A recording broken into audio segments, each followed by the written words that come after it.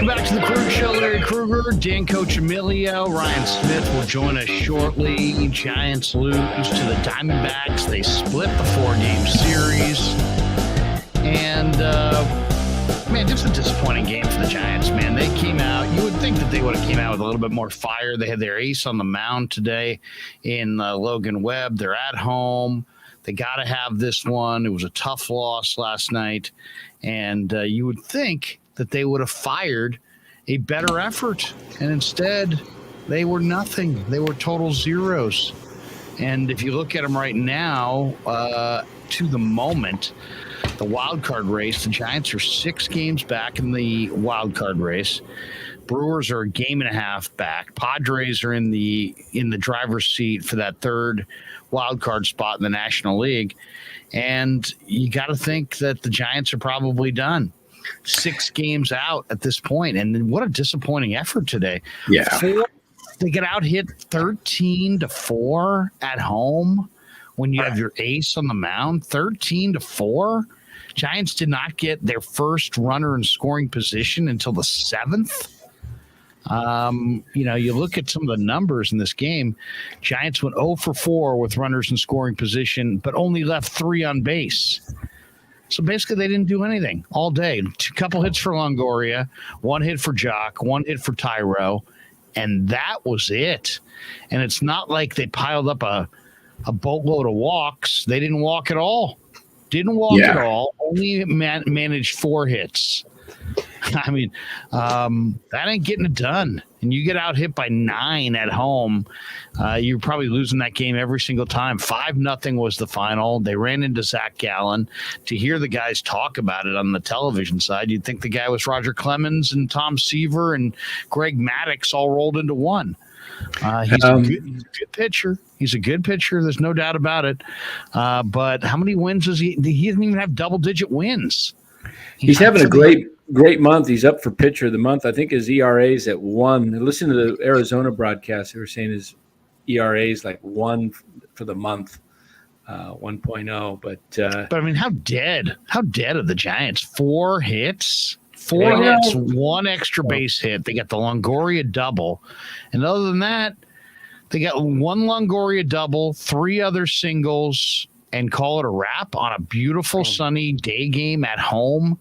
I mean, it's just lifeless, just absolutely lifeless. And I don't want to say that Kapler's lost the room, but I mean, this was what you put out there today, and then I kind of wonder too. It's like you got Joey Bart buried down in the bottom of the lineup again.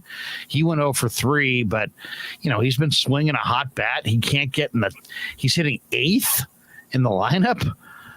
Just a weird deal. Well, the Giants' leadoff hitter is hitting 195. I don't know that I've ever seen somebody put in the leadoff spot who's hitting 195. What in the hell are they doing? What is this fascination that Kapler has with Lamont Wade Jr.? What has Lamont Wade Jr. done to make you think that he is an everyday big leaguer, let alone your everyday right fielder or leadoff man? I mean, wow. I mean, that's got to be the worst leadoff hitter in the big leagues. 195 with a 308 on base. That's your leadoff hitter. That's the guy who you want. The guy who you put in the leadoff spot is the guy that you want, theoretically, to get the most at-bats for your team for the day. And in your biggest game of the year, and it was a huge game, because you don't want to lose the last 2 games at home to Arizona. With your aces. And you get your ace on the mound, and you're leading off Lamont Wade Jr.? Really? Total minor league ball player? I mean, it's absolutely baffling.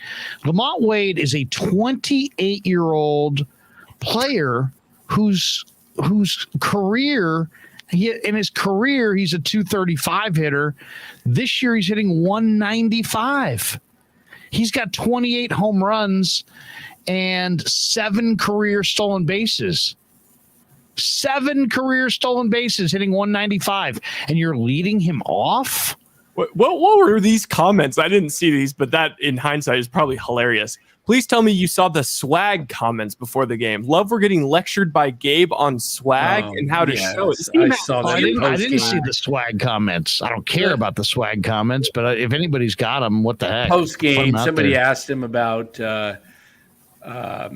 I'm trying to remember which player it was, about who has some reporter, Pavlovich and Slusser were sitting there. Rothford's going down with the ship.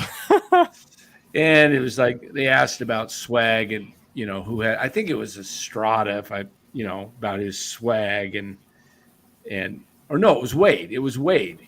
What about Lamont Wade and his swag? And Gabe says, well, it's another word for confidence. And, Lamont's got confidence. And I've got confidence that Lamont's not coming through. Yeah, I'll tell you. He's hitting 195. You're talking about a 28-year-old rookie almost. I mean, this guy has 195 games in the big leagues. He's 28. Yeah. Larry, right? He's the same age that Juan Soto will be in 5 years. Yeah. This lineup of Gabe, this endless changing of the lineup. Wade's at the bottom of the lineup. Wade's at the top of the lineup. You have no consistency whatsoever. These guys have no idea where they're going to be. You look at the lineup. You've got 195. Estrada's the best hitter, 266. Peterson, 250, 253, 220, 253, 221, 231, 212. They're averaging probably about 235, 240 throughout their lineup. And you look at Arizona. Let me contrast real quick Arizona and the Giants. Robert Rothberg, Wade has a reputation of being clutch. What? I have no issue with Wade leading off. Wade is far better than the average indicates. Really? According to what? According to what exactly? Yeah. Lamont Wade, 2019. 196. Lamont Wade, 2020, 231. Lamont Wade, 2021, 253. Lamont Wade, 2022, 195. He's never had 20 home runs in the season. Never had 10 stolen bases. Percentage last year? It was last year was 326. That's not great for a leadoff hitter. You're going to be up over 350, 360 if you're a leadoff hitter. I mean, that just speaks to how lame their lineup is. My God, Lamont Wade is your leadoff hitter. Getting home runs. He's got 29 home runs this season. Only 4. There we go. So it's just amazing. It's either it can't be both. Okay, either Kapler doesn't know what the heck he's doing, or Farhan has left him naked and he's just got nothing. But that's terrible. I mean, it's a huge game, and you have a 195 leadoff hitter who's 28, who's not an established big leaguer. No, he's not established. Here, I've got some breaking news. Alex Pavlovich just tweeted, Elliot Ramos is here and will go to Denver with Giants. Okay. A little too late. It's time. But that's only he's months, here. Months but that doesn't behind. mean they did the same thing 2 weeks ago. They brought Isan Diaz he's here, and he sat in the dugout for 2 games, and they never activated him. So this is their little thing where they bring a guy. Hopefully they just put him on the roster and don't bring him along as extra baggage. That's just ridiculous. Moses Lopez, Diamondbacks are so much more athletic. There's just no doubt. No doubt about that. Oh, listen to the athletic. Here's the D-backs. Varsho, speed. Garrett, speed. Rojas, speed. Christian Walker, decent. McCarthy, blazing speed. Kelly, decent. Thomas, very fast. Alcantara, fast. Perdomo, fast. That's 7 of the 9 guys that have speed. And the Giants, Wade and Estrada, speed. Peterson, Longoria, Belt, slow. Davis, average. Crawford, average. Bart, better than average catcher. Yastrzemski, decent speed. But no real super athletes on the Giants 9-man roster today. Whereas you look at the D-backs, and they are full of athleticism. And they're only going to get better because they've got guys coming up. They got Corbin Carroll coming up next year. They've got this kid Lawler that they drafted. Jordan Lawler stole home today against the Eugene Emeralds in high A ball. A super shortstop that's going to be here. You know, what'll be interesting is you see a guy like Lawler got drafted out of high school last year by the Diamondbacks. I wouldn't be surprised if he beats the Giants prospects that were drafted 2, 3, 4 years ago to the majors. Can we also next draft? Can we please just take some high school hitters? For the love of God. Seriously, it's just these guys get in. They're 23. We're We're going to see them until we're 26. They're 26. I guess Reggie Crawford batted today and got a. Yeah, he got a hit. He got a hit. Where? In Arizona. He took BP yesterday. I saw, but I mean, Robert Rothberg. Wade has a reputation of being clutch. I looked up his splits. He does have good numbers with runners in scoring position. All the more baffling why you lead him off. Yeah, he's hitting 188 with nobody on. He's hitting 225 with runners on. He's hitting 222 with runners in scoring position and 2 outs. He's hitting 175 leading off an inning. Robert, 500 ball is not good for a team that played over 40 games over 500 last year. That is actually 50. They were 50 over 500 last year. But they're not playing 500 ball, right? They're 59 and 59 now. So this is what I was saying last night. This is what 500 clubs do. They win 5. Now they've lost 2 in a row. They're going to go to Colorado. Now it looks like, momentum just got completely killed. And here's where a manager is important. Are they really in contention, though? I mean, seriously, are they going to – you're telling me that, let's see, 59 and 59. So what's that, 118 games? So they're the next game's going to be there's 44 games left. There's 6 games behind the Padres. If the Padres, who are playing 550 ball, played 500 ball, the Giants would have to play like 700 ball to catch them. We were on our way, but now what are we really talking about? Is anybody? I mean, am I doing the math wrong there? Am I missing something here? It's more outside of just hope, I love the freaking Giants and we hope they're good. Beyond that, I mean, what are we basing these things on? It's not admirable to back your team through just endless. I mean, if they're bad, you have to be in reality. Hey, today, here's where a manager is important. Okay, a manager can either help bring momentum to the team or kill momentum. Giants had momentum. They had won 5 straight. They're up 2-1. Dominic Leone, who has a great outing, gutsy outing. Let me finish my thought here. Last night, Leone comes in the 8th inning where he's had over a 9 ERA this past month. Over 9 ERA. He's got 2 men on, second and third. Diamondbacks pinch hit Jake McCarthy. He leaves Leone in. And by the way, Leone against lefties is giving up a 339 average and a 414 on base. So basically, lefties against Dom Leone are all the equivalent of the freaking batting champ. But go ahead, Danny. Right. So he lets Leone in, and then today he says, well, we got to trust all of our guys down there because the question was asked, why not bring in Duvall for a 4-out save?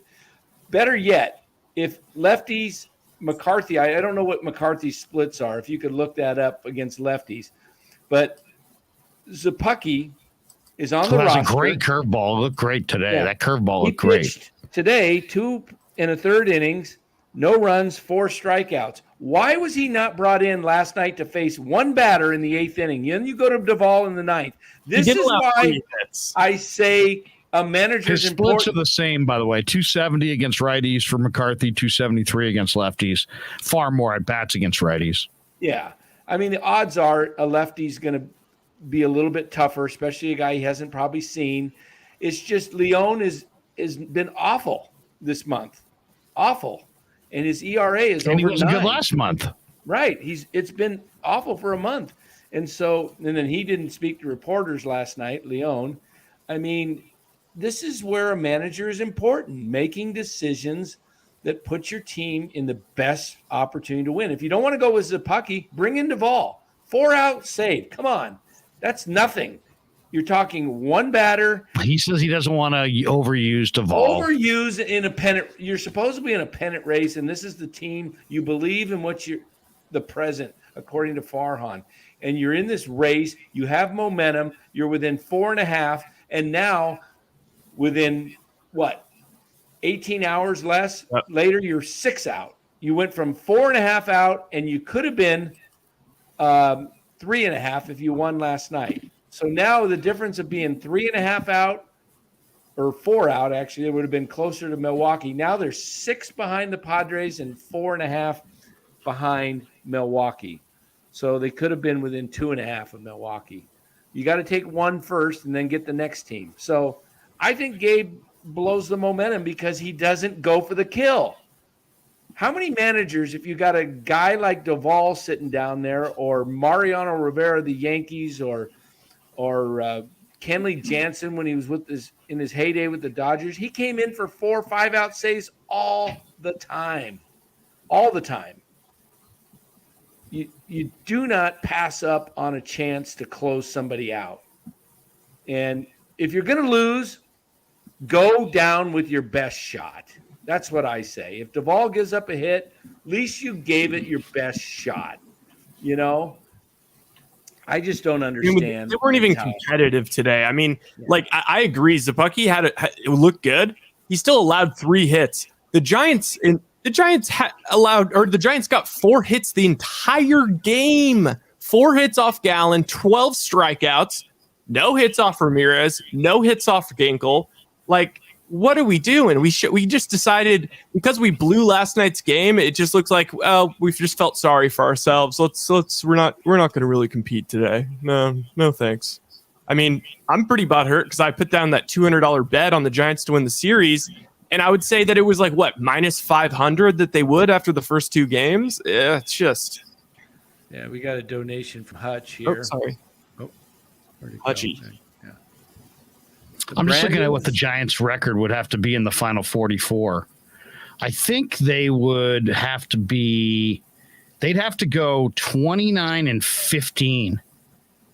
29-15 in their final 44 if the Padres play 500 ball, and the Padres right now are playing 550 ball. But if the Padres somehow played 500 ball the rest of the way, the Giants would have to go 29-15. They basically have to win 2 out of 3 every series the rest of the way to edge the Padres if the Padres play 500 ball. That would be 88 wins for the Giants. Would that put them a game that's ahead 88 or tie wins. them? So that would give them one more win. No, if the Padres play 500 ball, the Giants have to go 29-15 to beat them. Come on. They're not going 20. They haven't had a 29-15 stretch all year. No, it's more possible that the Padres go 500 than the Giants winning 67% of their games. Yeah, the Giants are the Giants, who are right now 500, are going to play 667 ball the rest of the year. Come on. I admire loyalty. I don't admire stupidity. Hutch Serves Gamings donates $1.99. The Brandons are done. Why is Belt bunting? Yeah, that's the other one. I mean, I tweeted about that. What I'm not sure about Brandon Crawford. What's up with Brandon Belt bunting with a couple of guys on? Now, granted, they were down 5. You could say, well, they need base runners. But you're one of the only guys in the lineup that can pop one out of the yard. What happened to know your role? On this team, your role is to provide the blast. That's a guy without confidence right now when you bunt. That means you don't feel like you can get a big hit. I mean, if he's the self-proclaimed captain and he's laying down he's basically admitting defeat. A 2-strike bunt? Waving the white flag. Get on your back heels and go for the downs. Swing for the downs. Go for the home run. Maybe you hit a 3-run shot. It was the 7th, right? Yeah, that was their last chance. That tells me that his knees are bothering him so much that he doesn't have any power in his legs. He's probably just carrying out the season, trying to gut it out. But when your knees are bad, you have nothing in your lower legs which generates your power. So at this point, if he's not healthy, he's doing the team no good. Do they miss Donnie Ecker? Is that it? Or is it just they missed Buster, or they just didn't get enough? They just don't have enough. They haven't had enough all year. But I mean, and so that's why it's like you hate to blame Gabe necessarily, because I mean they keep making these moves that you always got to wonder, like why? Like here we go, Mario. Well, Stella sucks. Why are you sending out Luis Gonzalez when he's been one of the better players on your team this year? Just because he goes for a little bit of a slump? Look at the mixed signals they send. Yeah. It's like, oh, you know what, Luis Gonzalez, you had a great year, but you know you're in a little bit of a cold funk. Get the hell out of here. We'll call you up in a few weeks when you get it going. But Tommy La Stella, you stink. I'll just continue to stink because we don't want to eat that. Hasn't hit a home run in 36 games now. Yeah. I mean, but you can't send him out. Right. You'd have to DFA him. Right. So I mean, I don't know if I would DFA Peterson at this point. I wouldn't do that. I mean, you never know. That guy, if he gets it going, he could go on a real hot streak. I mean, that guy Mike can hit 10 Vass home runs in a month. Says the Giants are a total contradiction. Farhan says they're playing for the present. Kapler doesn't manage for the win or the kill. No. And then Kapler's like, hey, we can't, I thought about going with Doval for a 4-out save. Well, if you thought about it, then you realize that you have arms down there that you don't trust in the bullpen going back to last night's game. Then why don't you call up some fresh arms? I mean, it's not like, if you DFA'd Rogers or Dom Leone, like the league would question your capability. It's not like all of a sudden people are just going to run to the what? Get me Leone, get me Rogers. Those guys would probably clear waivers, and you can outright them to AAA. Right. It's nobody pretty wants remarkable. A reliever who's not going good, right? No. Farhan. Farhan takes them. What's really interesting? This is a time capsule, Dan, of when we were at the golf tournament and we did a draft of all the players on the team. This is the order that we picked them. Just the things that really stand. This is from July 12th. The things that really stand out. Jock Peterson was the first hitter taken, which completely makes sense. Sorry. Luis Gonzalez was the next hitter taken. Luis Gonzalez is gone now. Yaz is okay. Slater's completely regressed. Estrada's been good. Brebbia's regressed. Duvall's been good. Belt's regressed. Crawford's regressed. DVR's gone. Ruff's gone. Bart's been good. Yours, and which one's mine? Oh, the teams. The teams are just trash. What do you guys think of this? What do you guys think of a little bit of, instead of just sitting here circling the drain slowly, what do you think of trying to use the last 44 games to jumpstart yourself for 2023? Yes. That's what I would do. I think the Giants, Kapler and Gabe and Larry Bear and these guys got to get together in a room and just say, hey, look, it's August 18th. We're 6 out. We got 44 to play. What do we want to get out of this season? Do we want to fight for another 10 days until it's obvious to everybody that we're out? Are we going to go hard till we're mathematically eliminated? Or do you want to take the final 44 games and DFA the guys who aren't going to be here, DFA the guys who are ineffective, and do a mass promotion? Let's see RJ Dabovich. Why not? Let's see Elliot Ramos. Why not? Let's see Izan Diaz. Why not? Why the fuck not? What are you playing for right now? Now, they had a pretty good crowd today. I will say that. Once again, 20,000? Yeah, I mean, as far as they draw respectably on the weekends and on the weekday days, it's the weeknights. It's just a ghost town. Yeah, ghost town, But my whole thing is, forget about the attendance. Who cares? It's more about let's get some answers on some young players in the regular season against major league caliber competition, and let's take some inventory on what the thing looks like on the 40-man roster. Let's not try to just keep banging our head against the wall. We're not the best team in this division. We're not the second best team in this division. We're not the third best team in this division. Heck, after this next series, we may decide we're the worst team in this division. Yeah. But I'm just saying and I'm speaking only from the Giants' perspective if they're having this meeting. I don't consider myself on the team. But I mean, if they're sitting around the room, it's time for them to say, hey, what do we want to get out of 2022? Do we want to drive this thing as hard as we can until we're mathematically eliminated in a couple weeks? Or do we want to get a head start on 2023, promote Ramos, promote others, send DFA some of these relievers that have been used incredibly, used an awful lot the last 2 years, and find out what Dabovich has, and find out what Ramos has, and find out what Diaz has, and find out what is at AAA that could help the Giants next year. And then at least if you get those answers, can't you go about your off season with a little bit more clarity on what exactly you're going to need to do as far as buying and in the free agent market or trading, as far as, trying to improve your 25 man? I just feel like I'd rather do that and take a chance on turning the page and focusing on 2023 than sitting there and pretending that one of the coldest teams in the second half of the year has got a legitimate shot at a playoff berth when they really don't. I mean, the Padres are not going to play 400 ball and give you a shot. They're just not. They're too good. And even if they were, you're not even the team that's best situated to take advantage of it. You got a team between you and the Padres. Right. I think it would be a better show the rest of the year. Ramos, Diaz, any 4 or 5 different pitchers.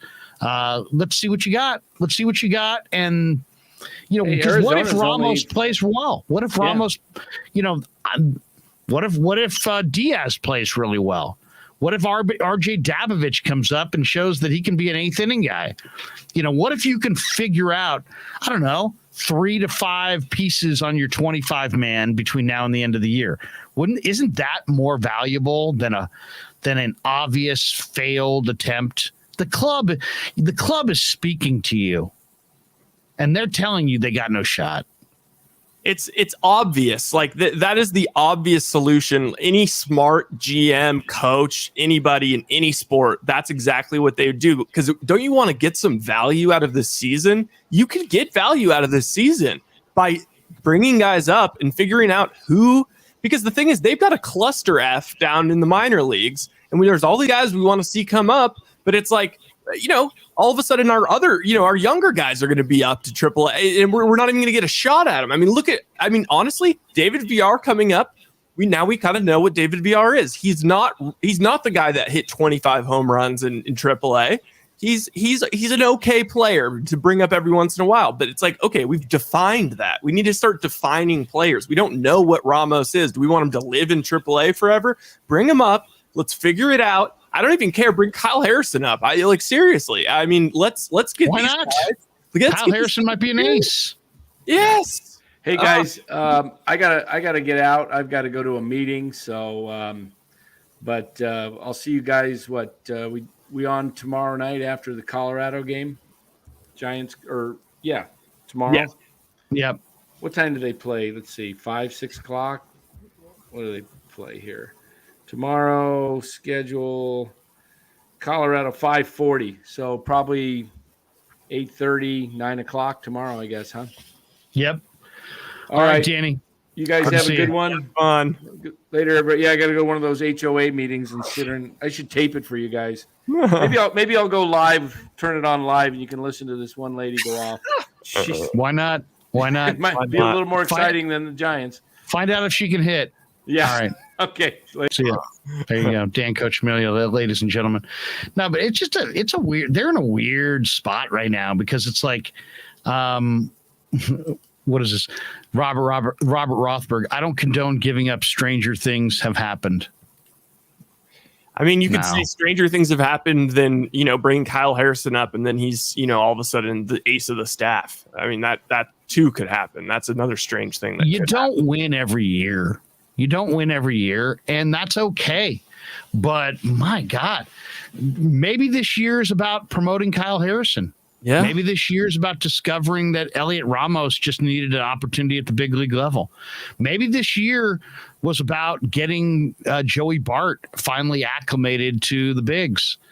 This year it doesn't have to be this utter and total loss. Like right now, they've gone with these kind of mediocre, veterans who are in decline and these like kind of borderline big leaguers. So they haven't really gotten anything out of this season outside of Bart. But if you bring up Kyle Harrison and guess what? He goes 3-0 down the stretch. Now you've gotten that out of this season. If you bring up Izan Diaz and he proves he can really hit, maybe you found him an infielder this season. You bring up RJ Dabovich or Cole Waits or one of these bullpen arms, and they look really super nasty. Heck, I thought the lefty they got from the Mets who pitched in the game today and struck out a bunch of guys, I thought he looked pretty good. Yeah. Maybe he's got a big overhand curveball. Maybe that guy's a keeper. Zapucki. Whatever Zapucki, he went 2 1/3 today, and let's see, 2 1/3 for Zapucki, 3 hits, 4 strikeouts though. Yeah, I mean seriously, it's like even there also is value in. I guess you could spin it this way. Look, Tyler Rogers is not a guy. If we want to compete for the division for the playoffs, he's not a guy that can be on this roster. There's a bunch of guys now that we've defined as they're not going to be part of our future. So let's start because. I mean, I have to say, Joey Bart turning his season around and hitting like 400 in August has really kind of that has kind of made the season almost worth it for me. Just the fact that he's figured it out. And if we could bring up some other guys and just, be going into next year with a couple guys that were just like, oh my God, I can't wait to see a full season of him and him and him. So, yeah, I mean, like if we just went right down the list and just said of the Giants right now, who do you want coming back? And let's just go down the list here. Tommy La Stella. No. I want to DFA Tommy La Stella or trade him in the offseason and let him get on his way. Yep. JD Davis. Yes. I want JD Davis back. Mike Yastrzemski hitting 212. He's 31. You want him back? Take him or leave him. But he shouldn't be the cornerstone of your lineup.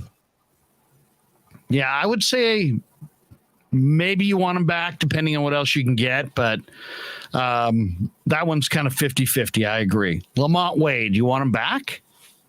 28-year-old rookie hitting under 200. I would say no. No. Austin Slater, you want him back? No. Maybe as a fifth outfielder, maybe. Yeah, he's a generic, make a player in a video game. He's just a generic 70 overall player. And it's just he's a fine guy to have on any roster, but let's use that spot to figure out guys that are going to help us in the future. Jock Peterson, you want him back? I would take him back. I'd take him back too.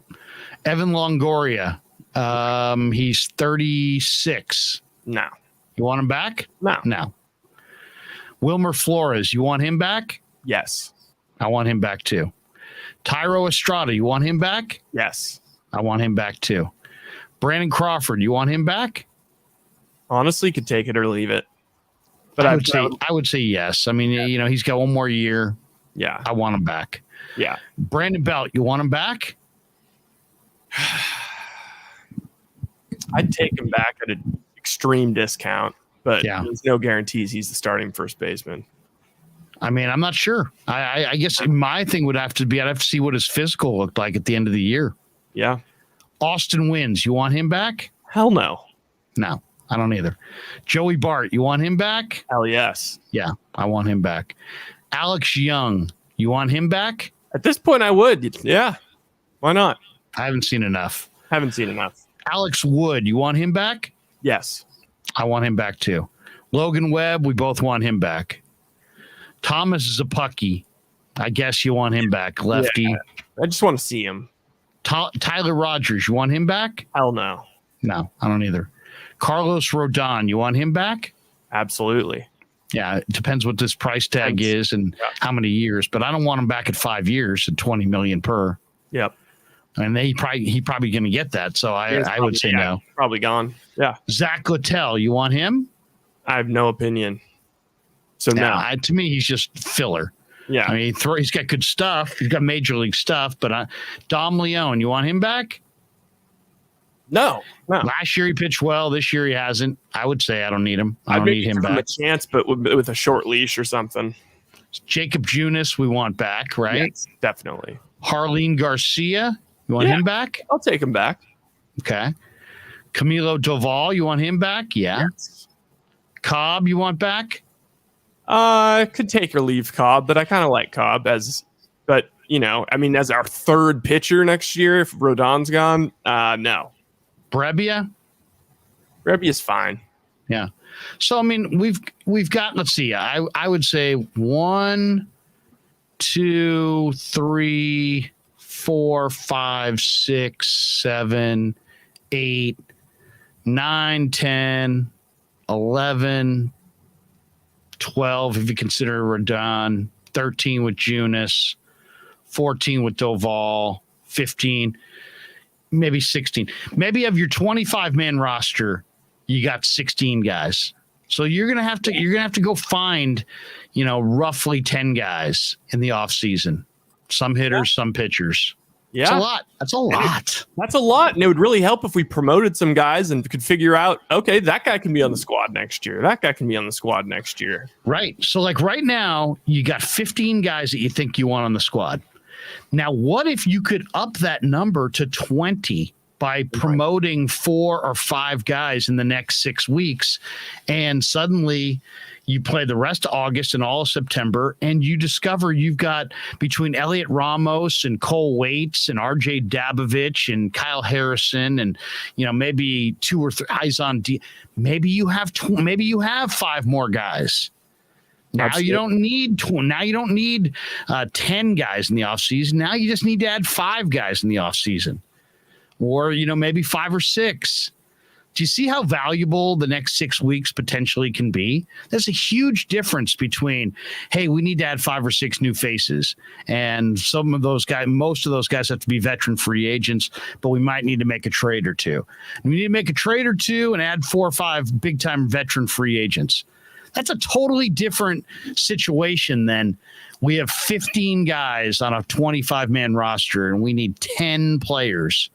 We need, virtually half the roster we need to replace in the offseason somehow, some way. And a bunch of those 16. That's why these last 6 weeks, I think, are huge. Absolutely huge. And that's a way to make it exciting. Here, let's get to the chat. Romo, 2001, $5. One reason Farhan was hired is he had the baseball intelligence to undertake a rebuild through the farm. It's year 4. Do you see any improvement? I mean, I do see some improvement in the farm if I dig deep enough, but it's a lot of those guys are in A-ball. Yeah. So that's the tough thing. Are those guys going to be ready? Like I like, this kid Grant McCrae and some of these guys they've got in the lower levels of the minor leagues that are starting to show something. But that's just like, that's like a lottery ticket on 3 years from now. That's not going to help you today. It's not going to help you tomorrow, and it's not going to help you in a year from now on opening day. So to me, what they really need to do, I think that we all know, outside of like the Zapuckis and a couple guys, Hutch Serves Gaming donates $1.99. Do you see 2 months? Do you see my 2 months message? Also, are you guys taking calls? I'm trying to figure out what there's like a special membership chat. I think maybe I have to hop into main YouTube to see it. Sorry guys. But I was just going to say there's a big, this is an opportunity here in the last 6 weeks to maybe find 4 or 5 more guys, and maybe find not just 4 or 5 guys, but maybe Ramos, maybe Harrison, maybe Diaz, maybe a couple of these guys can be like foundation pieces. Maybe you get lucky and somebody cuts somebody between now and the end of the year that you can pick off the waiver wire, and you can find a waiver wire claim, and you can promote 3 or 4 or 5 or 6 guys out of your minor leagues. But I think it's time to take a realistic view on where they're at and say, what do we want to get out of the last 6 weeks of this season? Because if you get nothing out of it and you just play everybody to the finish line and all these relievers who are clearly gassed and probably aren't coming back, then you get to the offseason and you don't know about Ramos or Diaz or Harrison or Cole Waits or Dabovich or any of these young guys that you think potentially could be on the verge. And then you got to go into, okay, well, maybe have them pitch them in the Arizona Fall League. Maybe put them in winter ball. Maybe, and then it's a big, if you play a guy in winter ball or the fall league and he goes off, okay, it's a good indication, but you still got to send him to camp, hoping that he can, play in the big leagues. If you call him up right now, you might get a glimpse into, somebody's ready to roll out of the minor leagues. Yeah. And then your equation's better. And then it comes down to, like, a lot of people want to see the Giants go big in free agency. Aaron Judge, Trey Turner. I don't know if you really need 10 new players. I don't know that you can go big in free agency on any one guy. I think you almost have to spread it around a little bit. So if you can find out that you've got 3 or 4 useful pieces, and then all of a sudden you look around and you say, you know what? Yeah, this was kind of a nightmarish year, and yeah, things didn't go well. But we really only need like 5 or 6 key guys, and we're ready to roll. If that's the case, maybe you pony up for Aaron Judge. Maybe you pony up for Trey Turner. Maybe you start to say, hey, let's target a big-time free agent to add to this mix because we're not that far away. So I don't know.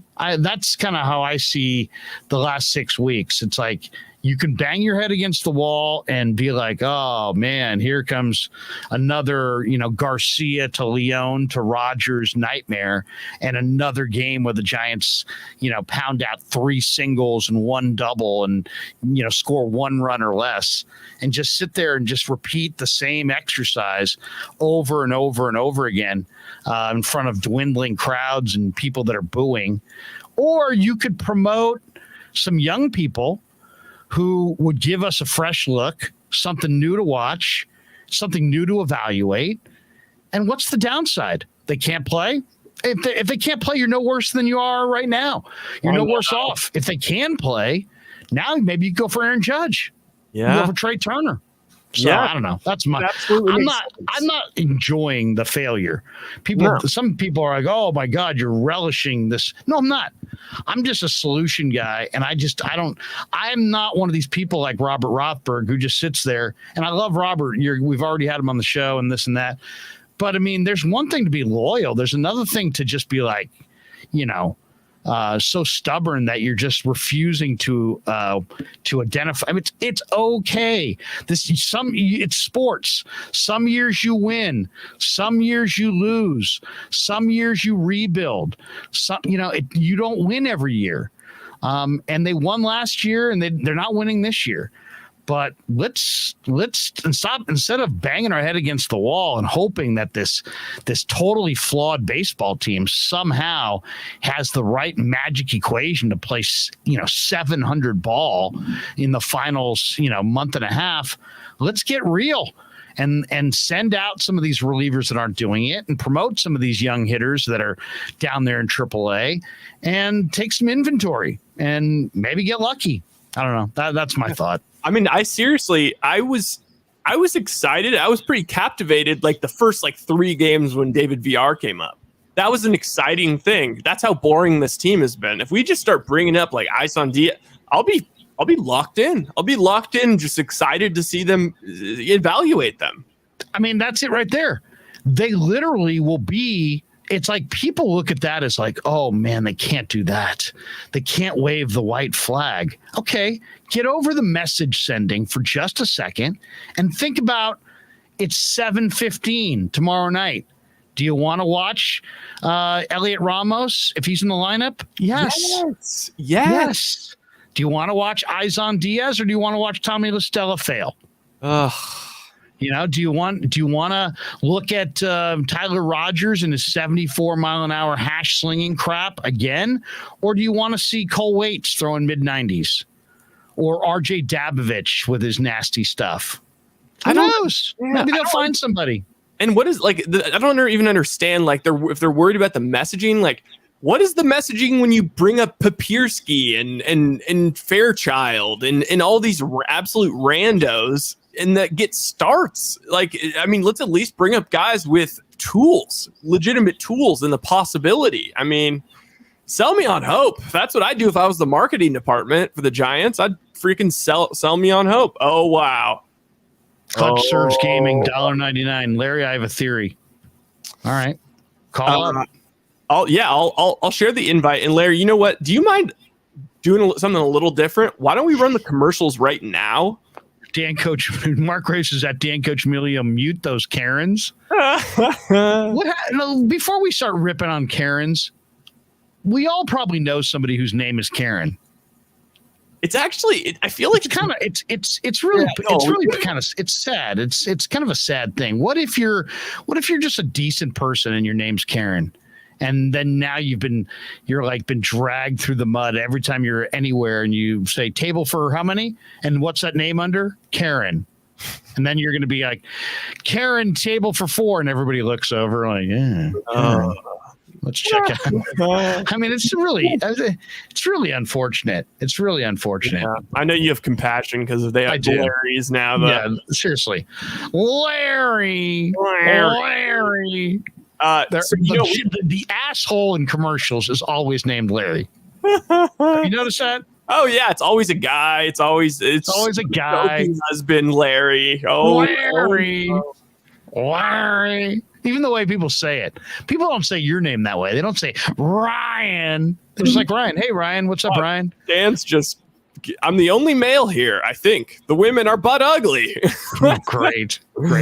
Dan's alienating half the audience with a single. Oh, man. Anyway, what do you want? You want me to pay the bills right here? Yeah, pay the bills right here, and then we can get J Hutch. I just want to get some agua. Okay. All right.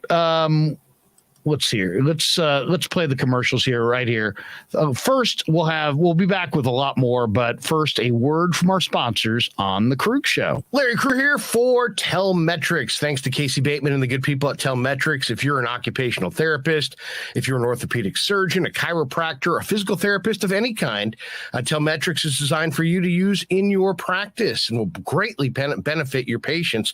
Telmetrics uses computer vision and artificial intelligence and provides a platform for outpatient rehab therapy services, both in the clinical and the telehealth environments. So using Telmetrics can improve your patient's experience and much more. So for all your sports injury needs, or if you're a physical rehabilitation specialist of any kind, call and make sure you use Telmetrics.co, Telmetrix.co. And thanks to Casey Bateman and all the good people at Telmetrics for being a proud sponsor of the Krueg. I'd like to thank our sponsor, Dan Coccimilgio. Dan is a buddy, and he is a phenomenal retirement planning specialist. And you can contact him today at securemoney.com or at his number 925-628-9966. There's a lot of uncertainty in our world right now, and you want to make sure that your money is secure. That is the key. Danny's got 25 years of experience, born and raised right here in the Bay Area, and he can help you get an immediate 10% premium bonus on your principal retirement account. So give him a call,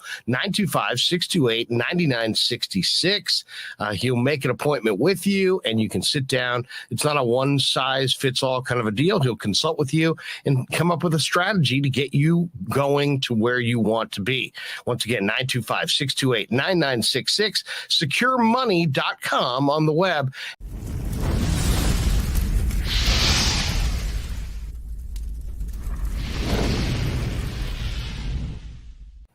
And thanks to Tony Cassera and the good people at Cassera's Italian Menswear. They are housing the Krueg Show T-shirts, and they're a proud sponsor of the show as well.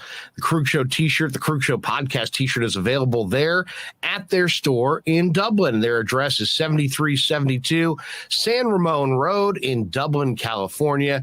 And go see Tony Cassera and get yourself a Krueg Show T-shirt and support the show. And special thanks to our sponsor, New York Style Italian Sausage. That's right, NewYorkStyleSausage.com is their website. Phenomenal product, whether it's the breakfast sausage, the Italian mild, the Italian spicy, the chorizo. You cannot go wrong with New York Style Italian Sausage. Once again, NewYorkStyleSausage.com, often imitated, never equaled.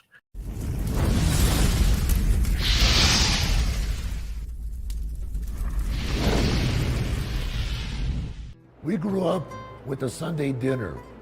That means no matter how busy you were, no matter where the hell you were, you came to dinner on a Sunday night. Yeah, Sunday dinner without sausage, it's like a church without God. You know, how can you go to church if you don't believe in God? You know, and along with the sausage also became the discussions. That was discussion night. You know, it wasn't a typical family that you sit there and you're quiet, you know, and you don't talk with a mouthful. Oh no, man. Italians talk when they're eating. Italians even talk when they're sleeping. And definitely we talk with our hands. So if we can't express it through our mouth, through our lips, we express it with our hands. So, and that's what sausage is, really. It's an expression, you know, that life is good.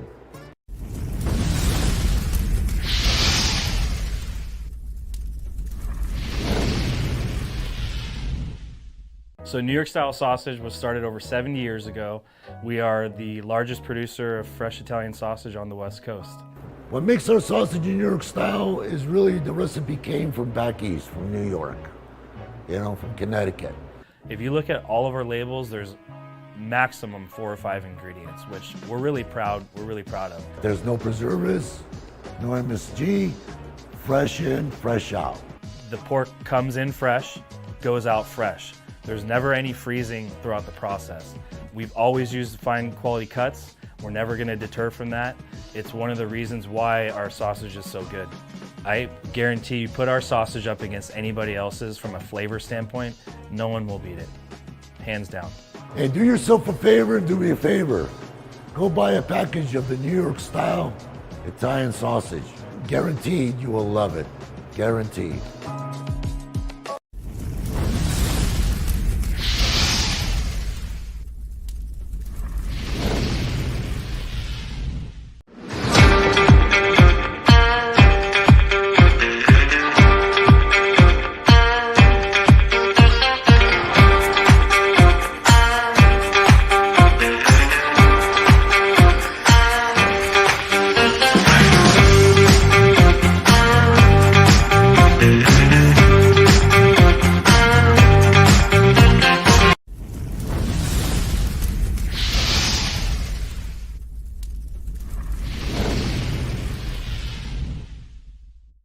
Welcome back to the Krueg Show. Larry Krueger, Ryan Smith with you after Giants baseball. If you just tuned in, Diamondbacks beat the Giants. They split the 4-game set. Giants now six games back with 44 to play in the wild card. And we were talking about how to best kind of pivot and what's the most productive way to use the last 6 weeks of the season. Robert Rothberg in the chat, who, I mean, I don't want to people to think we're banging on Robert because we like Robert, but he says, Larry, if you were managing this team, what message would you send the players?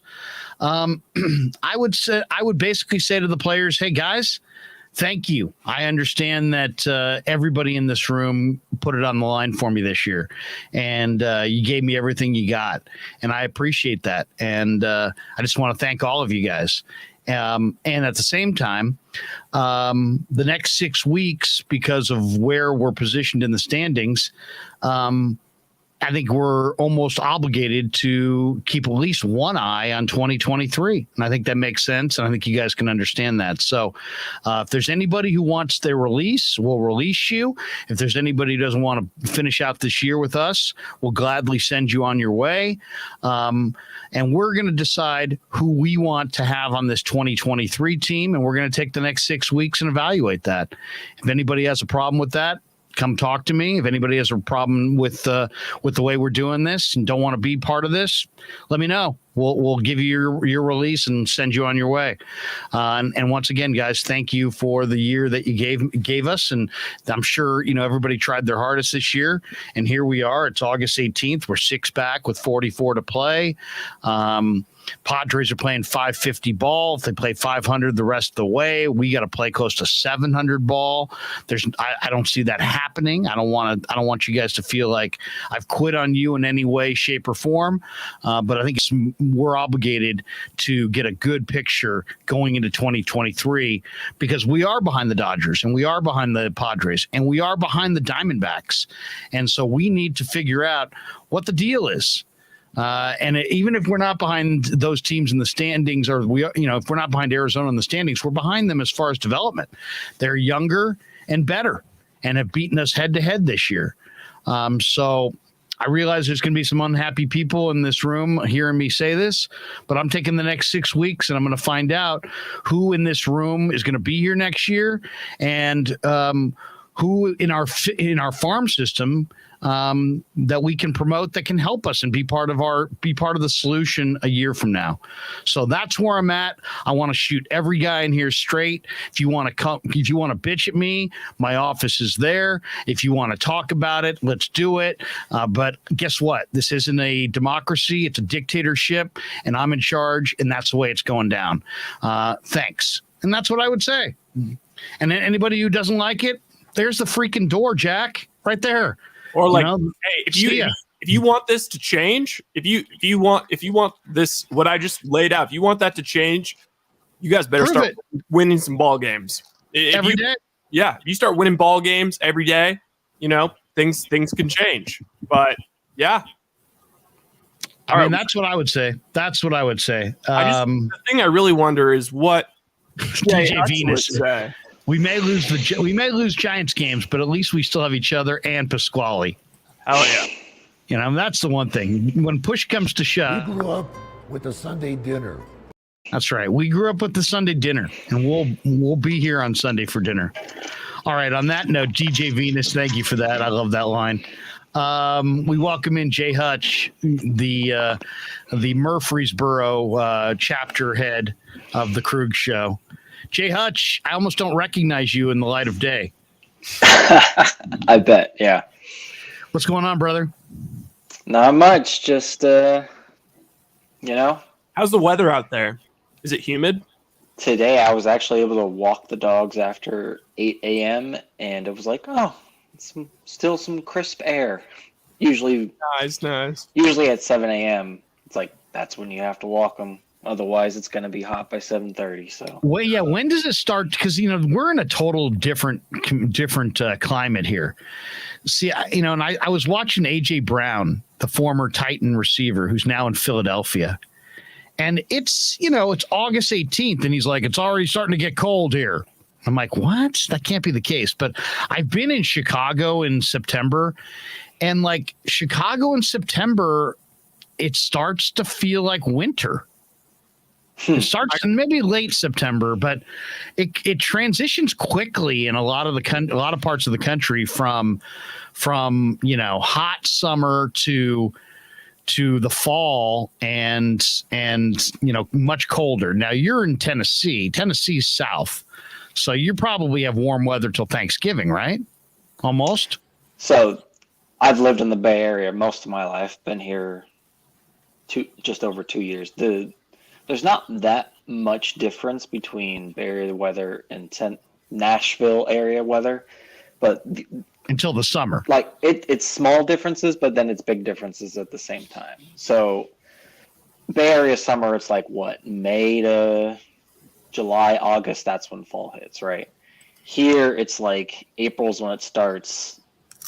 October is when it's like actually gets to like fall, and fall is very short. Fall is like October, November, and then winter hits, and winter stays till about February, March, and then it's a short spring.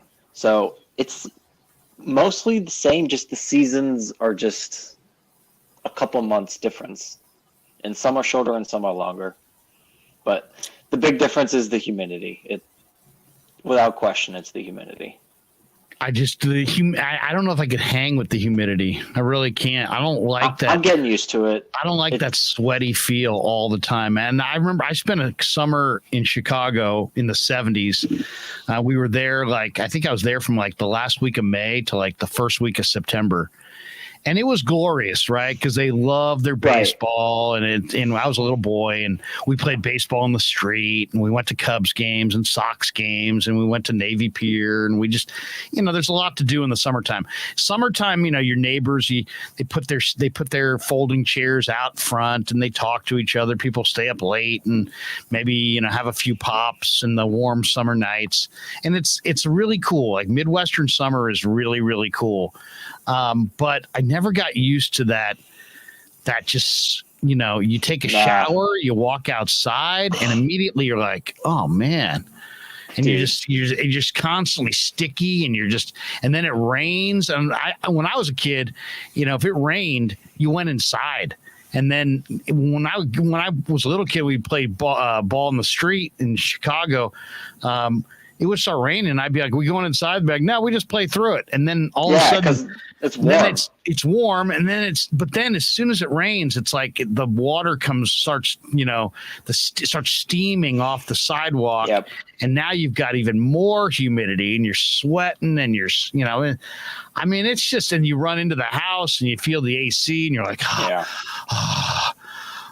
then you run back out, you play a little bit more. I mean, it was fun as a kid, but I don't know that I would ever feel good putting on a suit and going to work, and that would be tough. That would be tough. July's the worst. July is definitely that month where it's every day it's hot, and one random day it could be 170% humidity. And I tell you, how I just drive for a living, and in the car, even though the AC is blasting the entire time, if it's 98 plus with 70% humidity, there's been some days where I'm 2 hours into my day and I say, fuck this. It's going to be 5 degrees cooler tomorrow. That's the difference, I'll just work longer tomorrow. DJ Over the Top says, hey, we're paying for it. My $5 gas should be getting me something. Carol T, who's weighing in, I guess from Virginia, she says, we have 8 different seasons in Virginia. Carol, if you could outline for us in your next chat entry here, how would you describe your 8 seasons in Virginia? I'd love to hear that. Justin Kerwin says, Larry, what questions would you ask Gabe Kapler? Oh boy, here we go. Okay, I got one. Gabe, do you think your political opinions? Do you think we give a shit? That's the first one. Do you think any of us give a shit about your political opinions? That's the first one. Do you think we care? And then after he answered that, I would ask him, do you think you may lose guys in your clubhouse by wearing your politics on your sleeve and making political statements in the middle of the year? Do you think that your decision to not stand for the anthem in any way, cost you, that you lost face with any of your players? Because your players are from all over the country. And are all over the country, and they have all kinds of different beliefs. And I'm sure you got left-wing players and right-wing players and players that are engaged in the political process, players that don't give a damn about the political climate. Do you think by being this political person that you're winning guys over? Do you think that's helping the club, or do you think you're potentially losing guys? Didn't they make him kind of retract it? I'd like to see him go down that road and just, answer some of those questions, because I'd like to hear what he thinks. Does he think people care about his politics? Does he think people care about his political stances? Does he think people care? And does he expect them all to care about and see the world the way he sees it? What if he has guys in that room who don't see it the same way? How does he manage them? Does he feel like his voice gets diminished by, the fact that he's injected himself into some of these political debates? I wonder about that. I don't know the answer. That's why I'd ask these questions. I feel like you should save that one for last. He'd be so feisty after. Didn't the Giants make him? Didn't the Giants make him like say something else after it, right? Then he like sort of retract it, but not retract it. Try to like. Wait, I think he did that. I've got a great Kapler video on Twitter that KMBR put out. It's Kapler in 2018. So he's the manager for the Phillies. Belt tries to bunt in a 3-1 count, and then it like panned over, and you could just like see his lip reading. It was like he's hitting fourth for the Giants. Like, what the hell is he doing bunting? And then okay. So we got 3-1 here, top of the second inning. Oh, wait. So we got 3-1 here. Oh, I'm sorry, guys. Let me read. Gladstone Ducks is 70s. How old are you, Larry? I was born in 1970s. I'm 52. Okay, here we go. 3-1 here, top of the second inning. Brandon Belt, nobody out. Brandon Belt at the plate, and whoa, square into bunt. Now Gabe Kapler caught his eye too. We kind of read his lips. What's this? With a 3-1 count, you're hitting fourth for the Giants. Swing.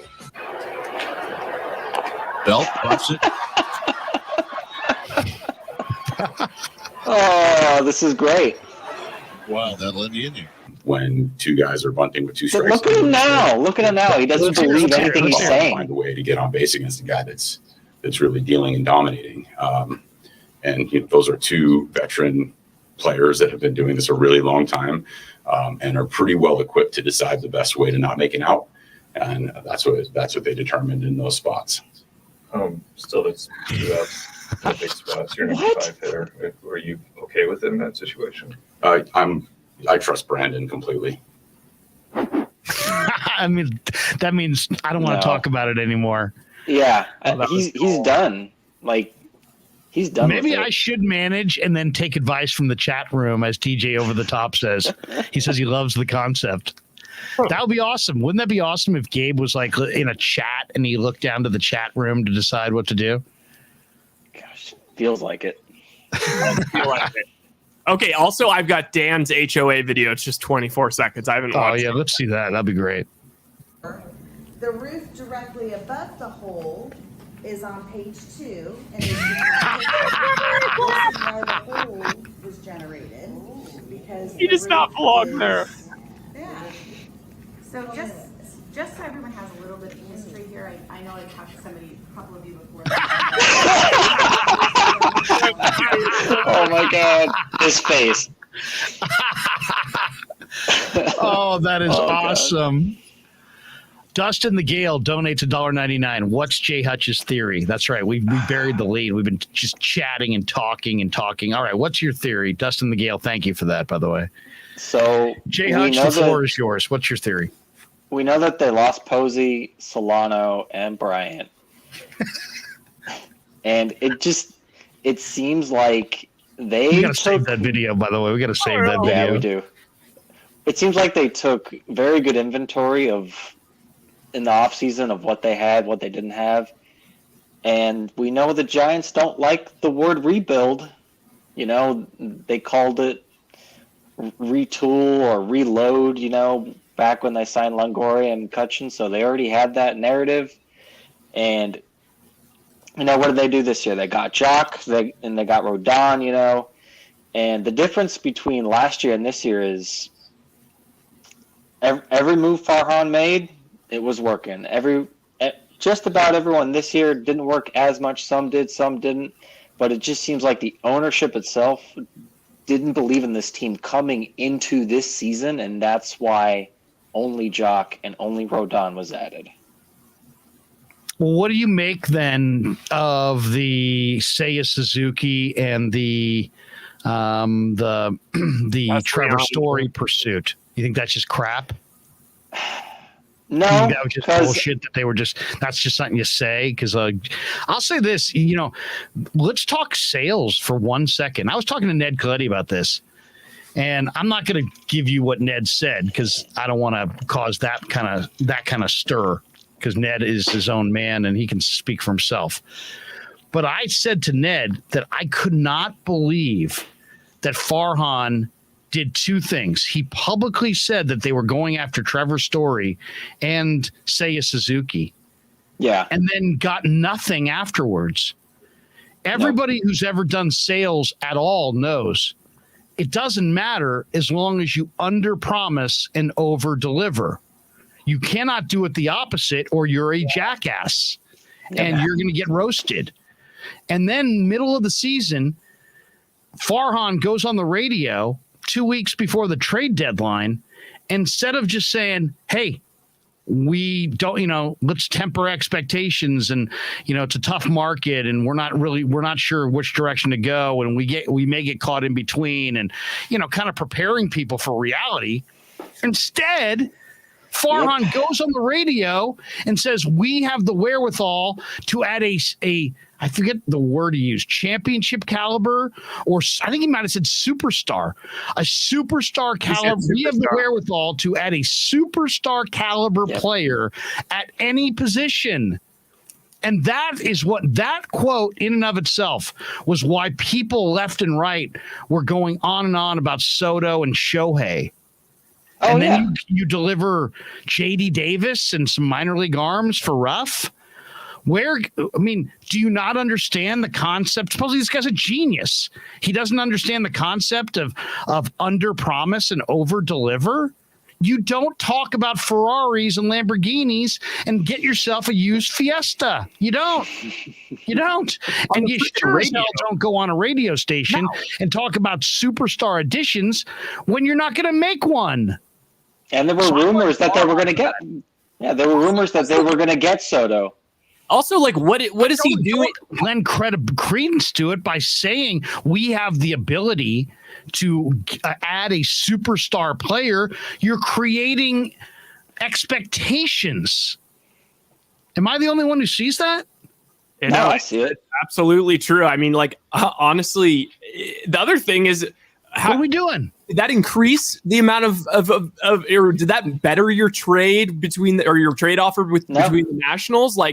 You're just you're going on national radio saying that you'll go after these guys. I'm sure that really helps your leverage in these trade negotiations. I think it's the ownership more than just Farhan, because the whole thing with McCutchen and Longoria, when they brought them here, and they tried to go for it, didn't work. That's why they even brought Farhan in the first place, right?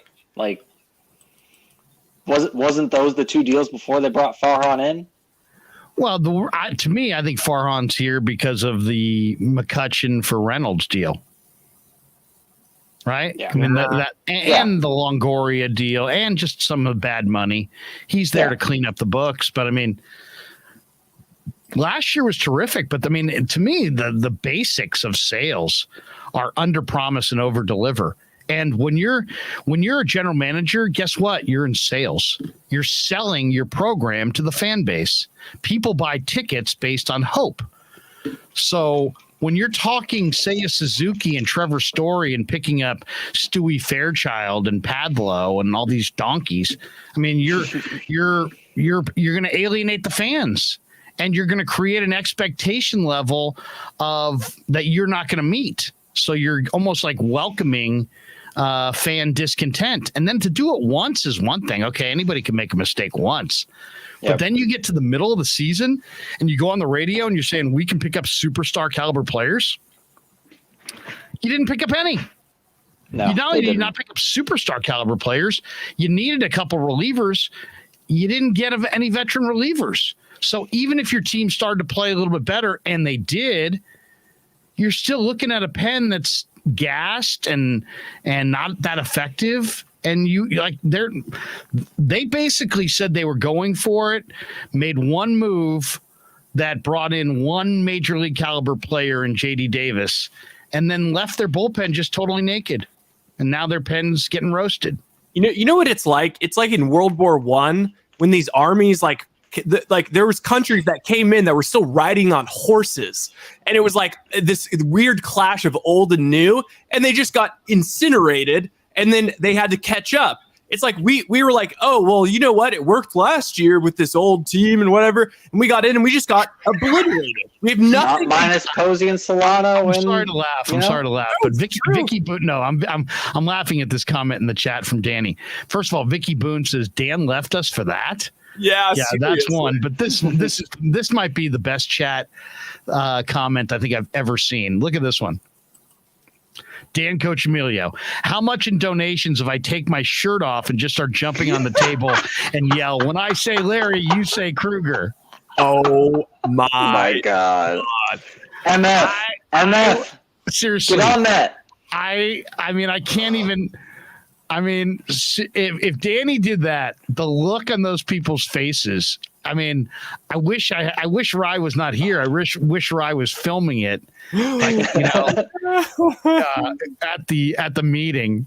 Oh my God! It's times like this where I'm like, I wish Dan was in the Bay Area so we could just go shoot like shenanigans. Like, there's just so many shenanigans to be shot. Oh my God! If Dan, it'd be hilarious if Dan acted totally normal otherwise, except he took his shirt off. Hey, is there a way? Ask him, Rye. Ask him. Can you type into the chat? Ask him. Say, Danny, how about this? Because that will be too crazy, and those people will probably call the cops.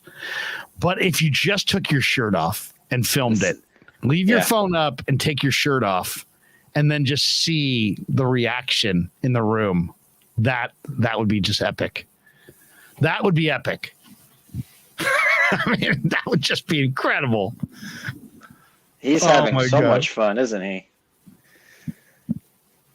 Dan's in this HOA meeting of his 55 and over community. Oh my God. Mark Graves, like you said before, Larry, Missouri is the show me state.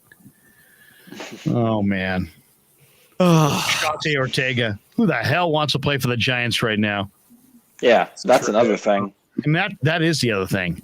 What if the Giants get to free agency and nobody wants to play for Kapler? I don't know how Kapler. I don't blame them. I mean, do you think? I mean, let's be honest about this. Forget our frustrations on the season, and just look at this as objectively as we possibly can. Rye, Jay Hutch, I make you guys for this debate question. I'll make you guys big league players. Do you want, based on what you've seen, do you want to play for Gabe Kapler? No. See, it depends. Some guys, they've made some guys better. Yeah, if clearly. I was kind of like a shitty kind of, I don't know. If I was like a JD Davis type, that was like, not. It's like that's the other thing about the trade deadline. I feel like they spent all of their effort trying to win that stupid rough for JD Davis trade, and I think they did win it. But like, congratulations, you spent all your effort on that and didn't do anything else.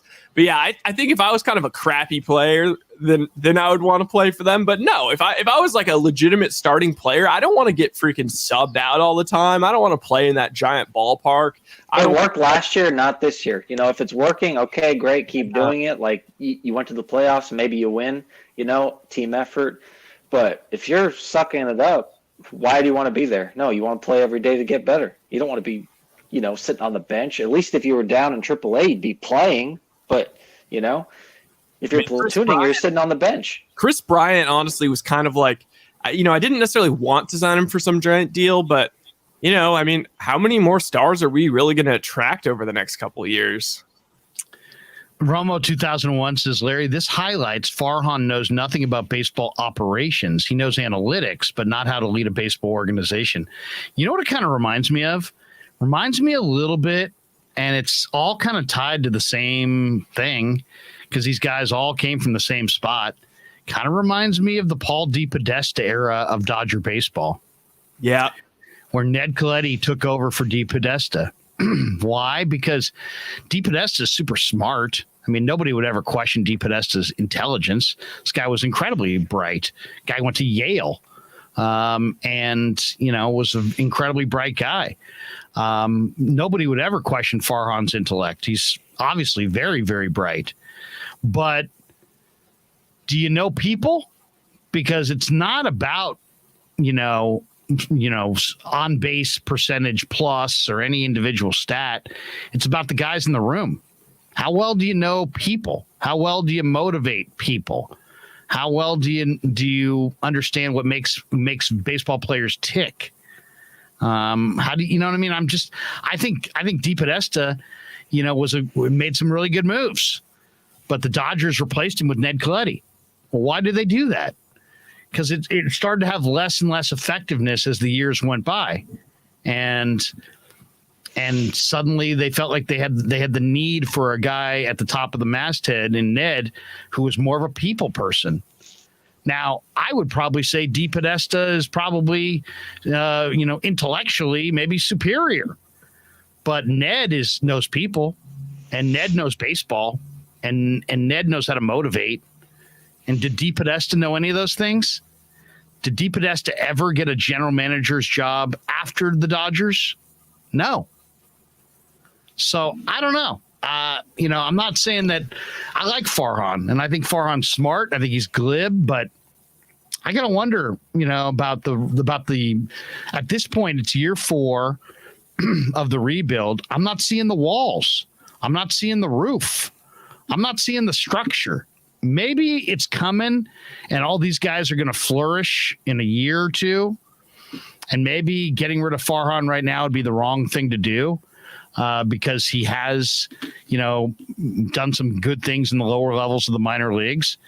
But you would think by year 4 that they would have maybe 2 or 3 guys up and foundation pieces up, and like 2 that were like right on the verge, and 2 or 3 more in like AA, like ready to emerge in a year. We don't know. We may not have a single one. Maybe Kyle Harrison. They may have nothing. Maybe Bart. That's it. Who he didn't Harrison draft. and Bart. Maybe. He didn't draft Bart. He drafted Bailey. Yeah. Speaking of Paul DePodesta, he also was the one who spearheaded the whole Deshaun Watson trade. And I wonder if because like these analytical guys, like they're such, they worship at the altar of math, and they don't believe in momentum, and they don't believe in all of this, human emotion type stuff. And they said, screw it, let's bring in Watson. He was, the top 4 quarterback, like, last time he played, let's just bring him in. And now look, it might just obliterate their entire franchise. I just don't know. I mean, I normally would say I like to invest in brain power, but you know what? Maybe it's not about being the smartest guy in the room. Maybe it's more about having people skills and managing people. You have to know, Larry. You don't know. I'm asking. I'm not even saying at this point. I'm just asking. I'm just trying to figure this whole thing out with everybody else. But Larry, last year, you go ahead. Go ahead, Jay. I got one question for you.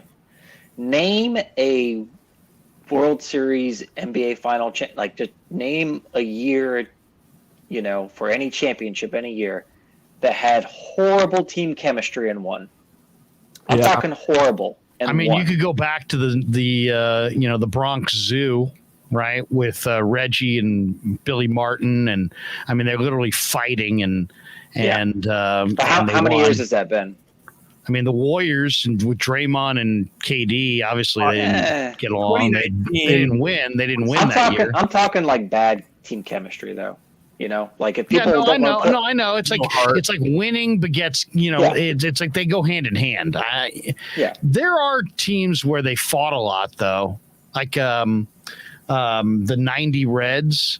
They said that the 90 Reds, managed by Piniella and Dibble and Charlton and Randy Myers, and supposedly Dibble and Piniella brawled. I think we have video of it. I think that you can go to YouTube and type in Dibble and Piniella brawl, and those guys brawled it out in the clubhouse. That's the manager and their eighth inning setup guy, and still they went wire to wire and swept the A's in the World Series.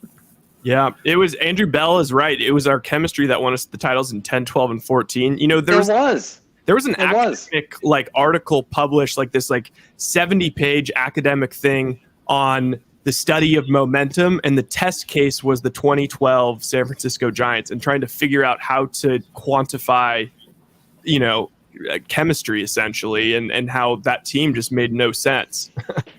I think if Posey didn't get hurt in 2011. They had a shot.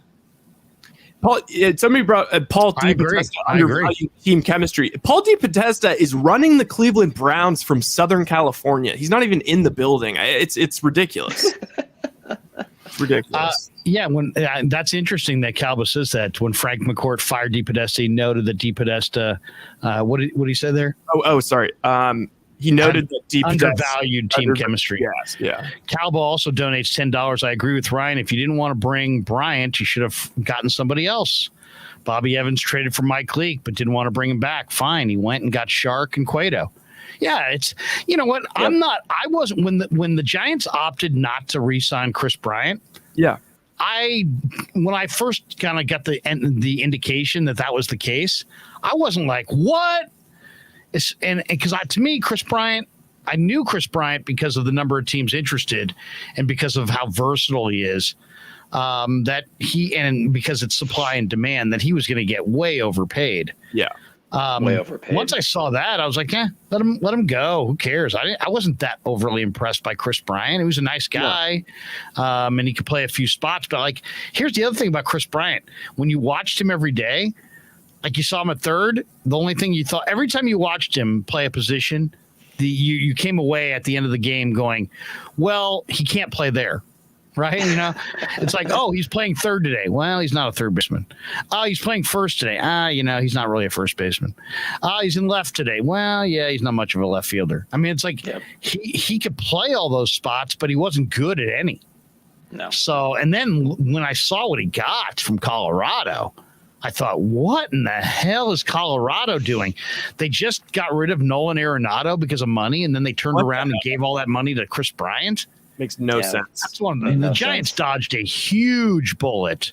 Yeah, he got injured too. Bryant. But then to finish his point, it's like, okay, we're fine with you not doing that. Now go out and get two guys to replace him. Right. If you don't want to bring, it wasn't about Chris Bryant. It's about a right-handed power hitter who can hit 3, 4, 5. You know, and their whole thing was, we don't want to sign guys. We don't want to block anybody. Who do you got to block? Oh, my God. I mean, if I hear a Giant executive talking about the lack of free agent activity and somehow cite we don't want to block anybody, I'm going to lose my ass. Yeah. I mean, seriously, get somebody to block. I mean, you don't have anybody to block. Who are you blocking? I guess you could say if they went and got a catcher, maybe they'd be blocking Bart. Yeah, but they don't have too many guys, from what I can tell. Blocking there. I mean, who's been blocking the Giant outfield prospects for the last 25 years? Because I haven't seen any. I haven't seen any come out of their system, except for Reynolds. Thank you, Bobby Evans. Yeah. Yeah. It's unbelievable. Anyway, what can you say? Blanco would be the only one I'd say he was okay. That's about it. He wasn't a Giant farmhand. He was just I think he was with the Braves or somebody. Yeah. But I mean, I'm just talking about who was the last guy the Giants drafted, developed, brought to the big leagues, and starred in the outfield. I mean, it was Chili Davis. Yeah. I mean, think about that.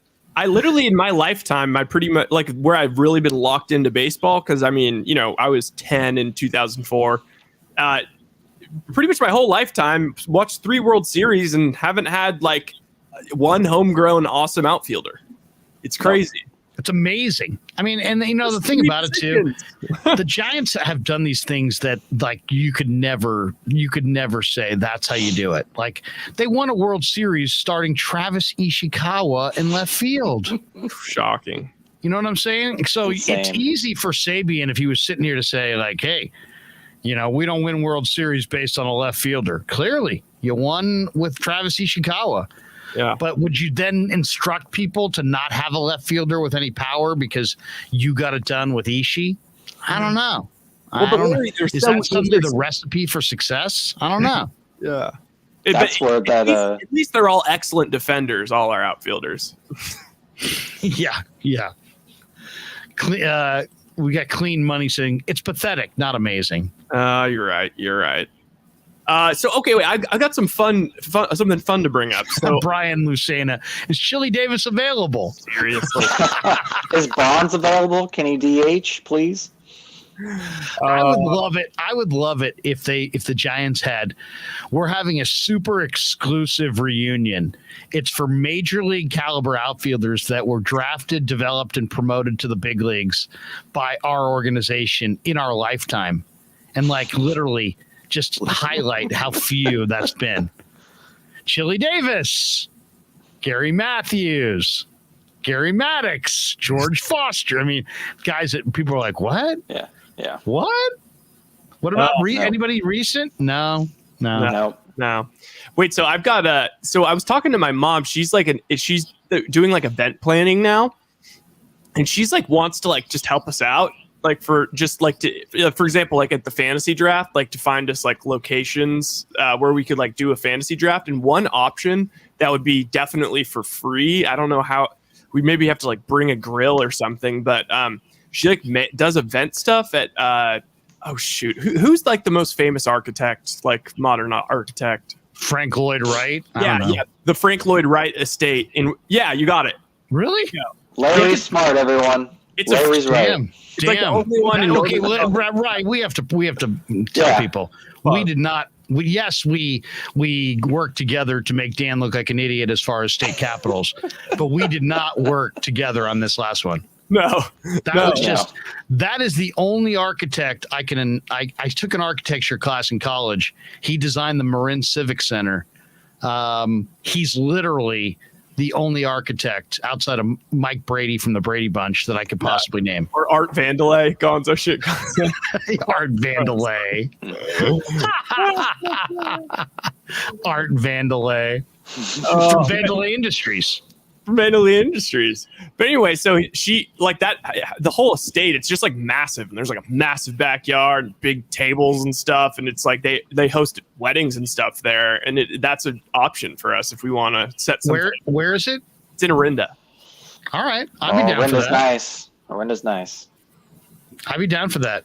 I would love to do an in-person draft. But even if we just got a bunch of people together, and maybe some people were there, but some people were on the computer. Yeah. I was thinking like we could go someplace that has good Wi-Fi, like Panera or someplace, just someplace that has good Wi-Fi. Yeah. Or there's also like, there's a brewery in Moraga that just opened recently. That's like, they're trying all sorts of crap. They're like doing like, stand-up nights and craziness. So I'm pretty sure my mom. Like, what about that brewery in Alameda? Facepalmed Godzilla. I go to Larry for all my architectural knowledge. Thank you. Have it at Gary's Palace. Yeah, there you go. This guy says, clean money says, what about Eichler? Have you guys ever seen an Eichler home? No.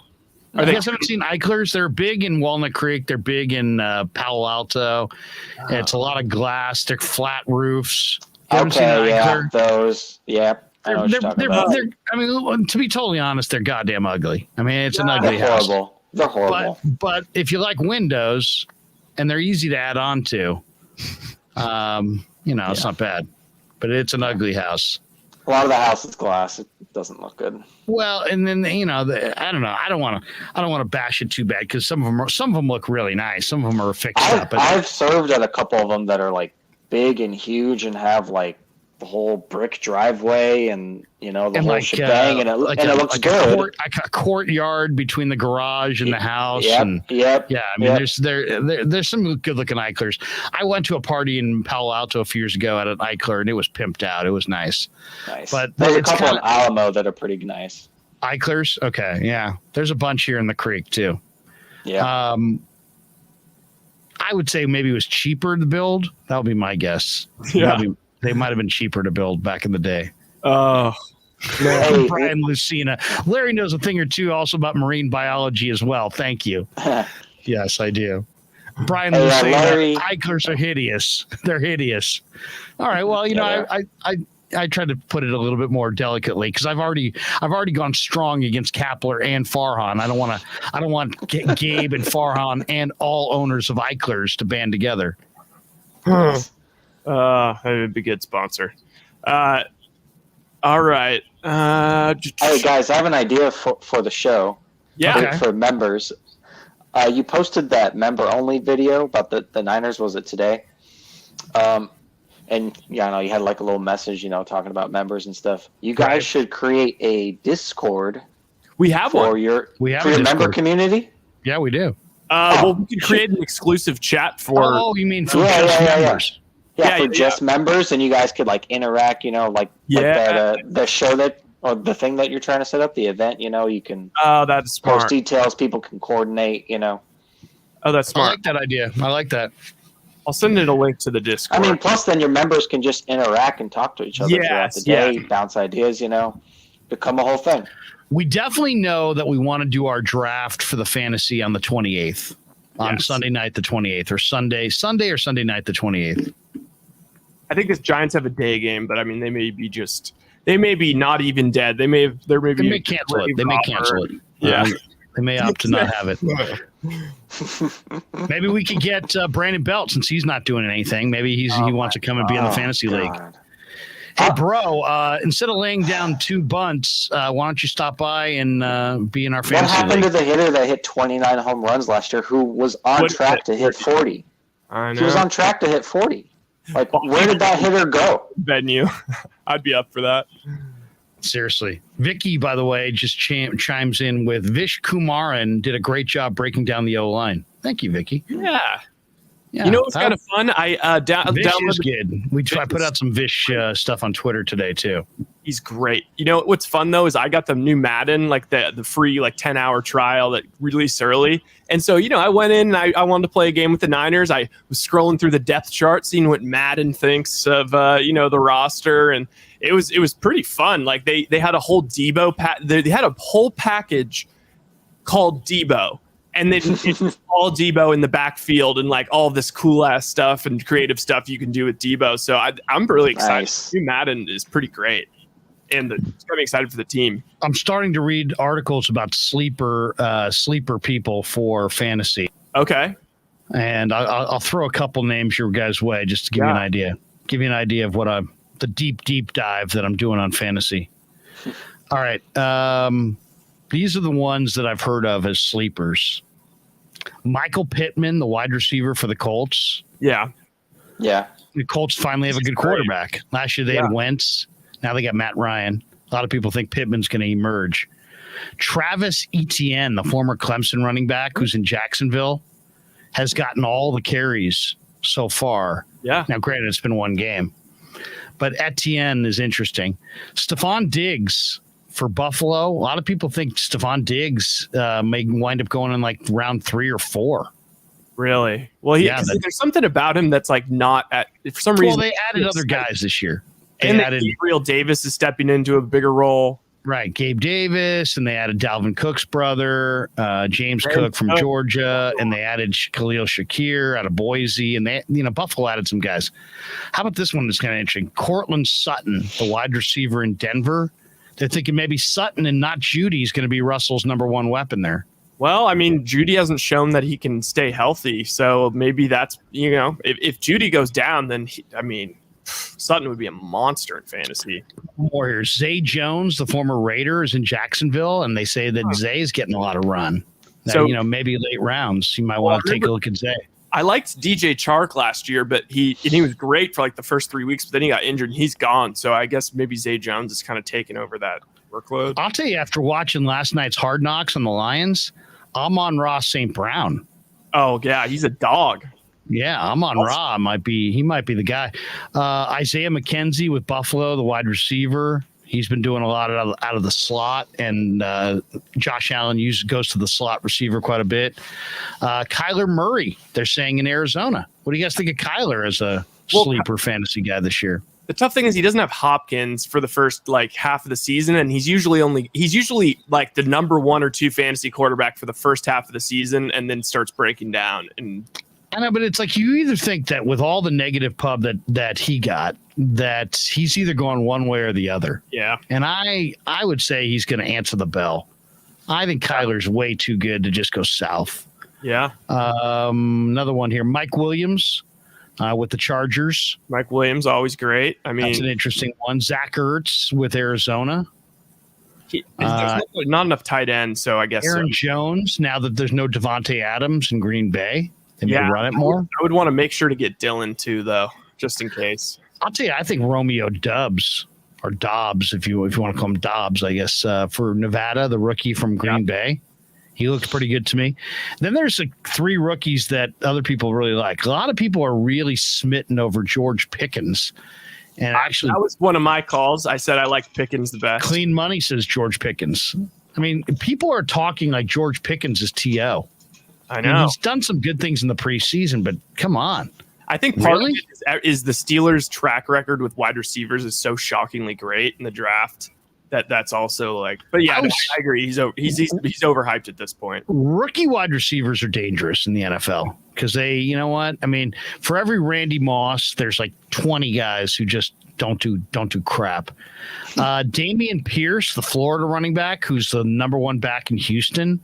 I don't know if you saw Pierce, but he was on the Rudy Feldman freak list because he like squats like 1,300 pounds or some ridiculous amount. He's got crazy leg strength. Anyway, if you saw that first Texans game, Damian Pierce was rumbling. I mean, he looked really good as a runner. Jahan Dotson, the former Penn State receiver, is now in Washington. It's kind of an interesting one. The chat says Alan Lazard from Green Bay. This is good. Shante Ortega. Dan Campbell's better than Kapler. I mean, okay, that's another thing. Dan Campbell. I'm sitting there on the couch last night. I'm almost thinking, you know what? I'd run through a wall for Dan Campbell. Hell yeah, because he's being himself. He's doing the rah-rah, but you can tell he's being authentic. Yeah, he's totally authentic. Can't bullshit players. The other thing Kapler doesn't believe anything he's saying. Oh no! It The other seems thing like that's annoying is Kapler seems the least authentic. The least. He's the opposite. He's the antonym for Dan Campbell. The players can see through that shit too. But I'm a little totally. They know a phony. They know a phony. By Hard Knocks always gives the players such a boost because like it talks you into the team. But I was like, I threw out the Lions to make the playoffs as a long shot like a couple of weeks ago, and I also said DeAndre Swift going to be a top 5 running back this year. And I think how angry is Deuce Staley getting at DeAndre Swift? I know. Go inside. Go inside. I know. It was a touchdown. Go inside. He was just roasting him, just roasting DeAndre Swift. I love the relationship between the coordinators. Deuce Staley is just hot, man. He's hot. He comes in hot. He lets you know how he feels, man. Deuce Staley. But one thing I'll say this: I know there are people that hate Hard Knocks. I love it. I love it. I love Hard Knocks. I love training camp. I love seeing teams come together. Now, here's the thing. If you're the Raiders and you were forced to do it, and you if you do Hard Knocks against your will, they should just cancel it. The year they had the Raiders, it was like the worst show I've ever seen in my life. I've never seen, because they didn't do anything with the access because the Raiders kept saying no, and the Raiders are paranoid. So it was like, oh my God, we can't show this, we can't show that. Why? Because you guys might win 5 games. You're going to win 5 games anyway. The Raiders always acted so like, oh my God, you're seeing Lombardi behind, the great Lombardi behind the scenes. No, you're not. No, you're not. And, it was Mayock and Gruden, and then the whole thing was a gigantic sideshow. That was awful. But this year, when you have teams that will actually give you a little access and people that will actually show out and give you, show you behind the scenes and not be so paranoid, I think it's genius, man. I think it's fun. I think it's great. I think it's really good, interesting television. Now, granted, I've worked in a pro football organization. I've seen what training camp looks like. I kind of miss it, to be honest. So I full disclosure, that all factors in. So I kind of miss my days at training camp. So that's probably my number one reason for loving it. But it is great. It is great. I mean, this year's with the Lions is terrific. Absolutely terrific. It's so dang good. I you know what I'm not really looking forward to though is like the Jared Goff episode. I've seen enough of Goff. It feels like Goff's been on 5 Hard Knocks. Like I get Seriously. Yeah. Come on, JG. Way to go, JG. Hey, by the way, has Jared Goff, I seriously feel like I'm a 52-year-old father of 4.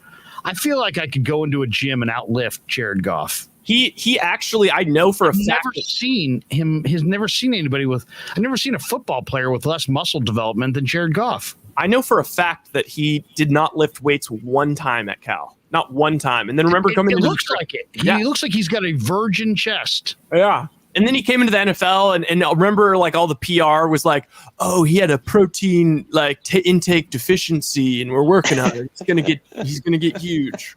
I mean, he was the first year at Cal. I thought, my God, this is the skinniest college football player I've ever seen. But I would have thought by now, it's like years later, just being on a team, wouldn't you lift just some weights? Yeah. I mean, I bet you somebody signed him out of the weightlifting thing every day because he doesn't look like, I mean, there's guys right now at like, Fitness 19 in Walnut Creek that are like 10 times more yoked than him. It's like you're a football player. Don't you want to I'm not saying you got to be a power lifter or you got to be doing power cleans or, deadlifts or squats, but don't you want to be able to bench 225? You're an NFL quarterback. I mean, the thing that's crazy though is he really hasn't gotten injured. He's been pretty durable.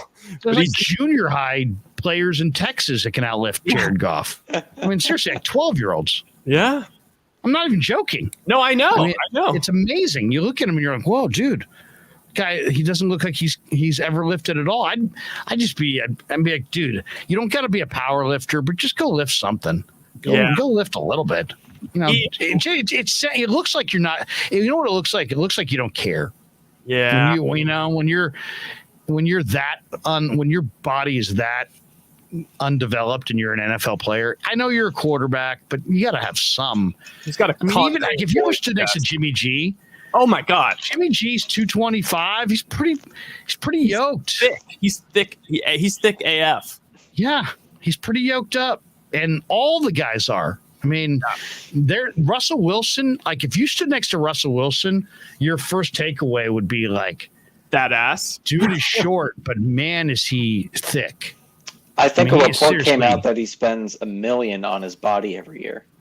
Like that is dedication. He spends $1 million on like. I thought that was LeBron who spent $1 million. No, it was Russell. Russell, they both do.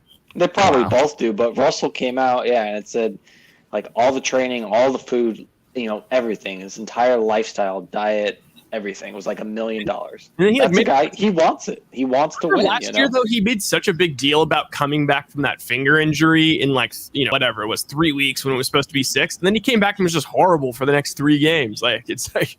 Okay. I don't know if you Rebel 4444 says I like Amon-Ra St. Brown's dad, especially compared to Aiden Hutchinson's mom. Well, the same Equanimous and Osiris and Amon-Ra St. Brown's dad is a former Mr. Olympia, so he knows how to lift. And he's like, I got my boys lifting in here, and he's like, you've noticed they don't talk. They just lift. Okay, I was like, wow, this guy's hardcore. The one thing that was so like old school hilarious was he's like, man, you look at Kevin Durant, got that Achilles. Yeah. He was not doing calf raises. It's like, you know what? I thought the same thing when I look at KD. I think, my God, dude, you look like you're gonna blow out a leg. His legs are so thin. You would think. I'm not saying you got to be, a power lifter, but just some basic. I mean, I agreed with St. Brown. I mean, KD just looks way thin. Thin. Imagine if KD had the body of Dirk. This is an all-time comment. Yeah. Watson spends $5 million on his body. Yeah. Did you guys see the comment today that one of the questions for the Browns general manager Andrew Berry was if the Browns were going to allow female oh my God, female masseuses around Watson, and I guess he sidestepped it. Of course he did. Yeah. Is Jimmy G going to Cleveland or what? I know. What the hell? I mean, Barrows. I feel like Barrows might know something. I don't know. They're going to cut him, and Seattle's going to get him. I think he's. Did you guys see Louis Riddick saying that he thinks Seattle is a quarterback away from being good? What if he goes to Seattle, and Seattle makes the playoffs and the Niners don't? Oh my God. Whatever. You know, whatever. I don't know if the fans are going to be saying whatever. I know, but it's Jimmy G and okay. I mean, I understand. There's one saying. It's like there's one saying. It's like, hey, look, either you want to date her or you want to set her free, right? So like, you know, you can't have it both ways. Do you want this quarterback? Do you not? But I kind of think that the 49ers whole mode is about trying to either send him. I don't know if it's about the compensation. I think it's about don't let him go to Seattle and have time to prepare. If he goes to Seattle, make him go to Seattle on like the eve of the season. It's just weird because I feel like they owe him, like, you know, to hook him up wherever he wants to go. And I even think back to, I mean, think about Belichick is as cold-blooded as they come. And he did a favor to Jimmy because he really liked Jimmy and he actually wanted to have Jimmy. And he said, you know what? I'm going to send you to a great situation for just, you know, give it a second round pick. I will send you to a great organization. I know Kyle. I know you're going to find success there. So I think we should do him right. But that would be savage if we waited till the end and then he did sign in Seattle. MF has got a couple here. He says, is Ned coming on soon? Just traded text with Ned, and he'll be coming on next week. Definitely back. He's back from London, and he's been doing some stuff. But yeah, we're getting him on next week. And then MF said, watching the Krueg show with Matt Barrows instead of the Giants game was the right choice. Yes, it was. I hope you guys like Matt Barrows. Matt Barrows is awesome. Oh my God, he's so good. He's such a wealth of information, but he doesn't talk down to you. I think he's the best, man. I mean, there's a lot of Niner content creators out there, but if I had to say who's at the top of the heap outside of the Krueg show, I would say it's Matt Barrows. Yeah, he's just we got to put ourselves up top. I mean, come on, we got to put ourselves up top. But then outside of ourselves, Matt Barrows.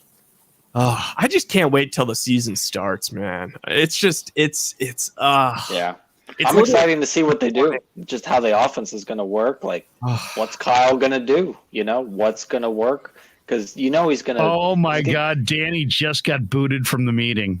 No. Oh my God, look at the picture. Did he do something? He took his shirt off. Shut up. He did it. Wait a second, I'm going to show it. Oh my God. Oh my! Wait, no! Don't! He said he doesn't want us to show it. Really? Oh, yeah. But it is. I'll tell you what. It is hilarious. How about I'll just show just a little bit? Okay, just a little bit. Just a little bit. I can't see the screen. You can't see Not it, really. huh? Here, it's too bright. Okay, I'll show a little bit. Maybe show it quickly. Yeah. Quickly. No, because then for people freeze frame it and they'll go on the internet. Yeah, no, better not. But just think of Dan, who's probably 60, and his shirt is off. But that looks like he's in his own house. Yeah, I mean, he didn't take his shirt off. The bricks behind. No, I see. It looks like he's in his house. It looks like he might be in a sauna. I'm going to text him. I'm saying you're in your house. Third challenge flag. All right, let's play the Danny video one more time before we get out of here. We've been going for 2 hours almost. Yeah. So we'll wrap it up, but we got to show the video one more time. Oh, we have to. I get clean money. Just the tip, Larry. Just the tip. Thank you. The roof directly above the hole is on page 2 and is the top picture. This is why the hole was generated, because the roof is bad. So just so everyone has a little bit of history here, I know I talked to a couple of you before the meeting, but this is the third homeowner since.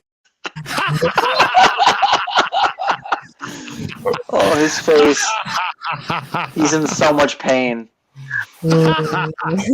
Mark Graves says Dan is 61 and a half. Oh, that is awesome. That is awesome. Oh my God. He said he's driving now. I don't know. Well, I am Lucena. Today I was able to verify Larry's skill as a meteorologist. I went to SAC today and it was 102. And when I returned to San Mateo, which is closer to the coast, it was 61. Yeah. So that I always like to play with that one. Hey, you know, cooler on the coast, but it's going to be a little warmer inland. All right. Oh, That God. was awesome. Wait a second. Maybe we'll play. Oh, no, Lair. What just happened? I'll wait. I'll invite him. Oh, he'll be back. He'll be back. All right. We can still carry the show. All right. I've got, should I play that one more time? Yo? He's back. Okay. I thought, yeah, I got all of a sudden everybody disappeared. All right, let's do this. Let's do this. Guys, good stuff. Thanks to everybody. We already played all of our ads, but MF says Krueg shows Survival Football League. Let's play Danny one more time and then we'll play the out. We'll play the out music. As soon as we see Danny's face, that'll be the outro. Yep. The roof directly above the hole is on page 2 and is the top picture. This is why the hole was generated, because the roof is bad. So just so everyone has a little bit of history here, I know I talked to somebody, a couple of you before the meeting, but this home. Yeah, never met a man I've been scared of. Careful, you gon' get exactly what you asked for. Here for whatever you bring me, getting handled. I answer to no one, I don't need to hassle. Yeah, we ain't never fall back. Hold our ground where we at.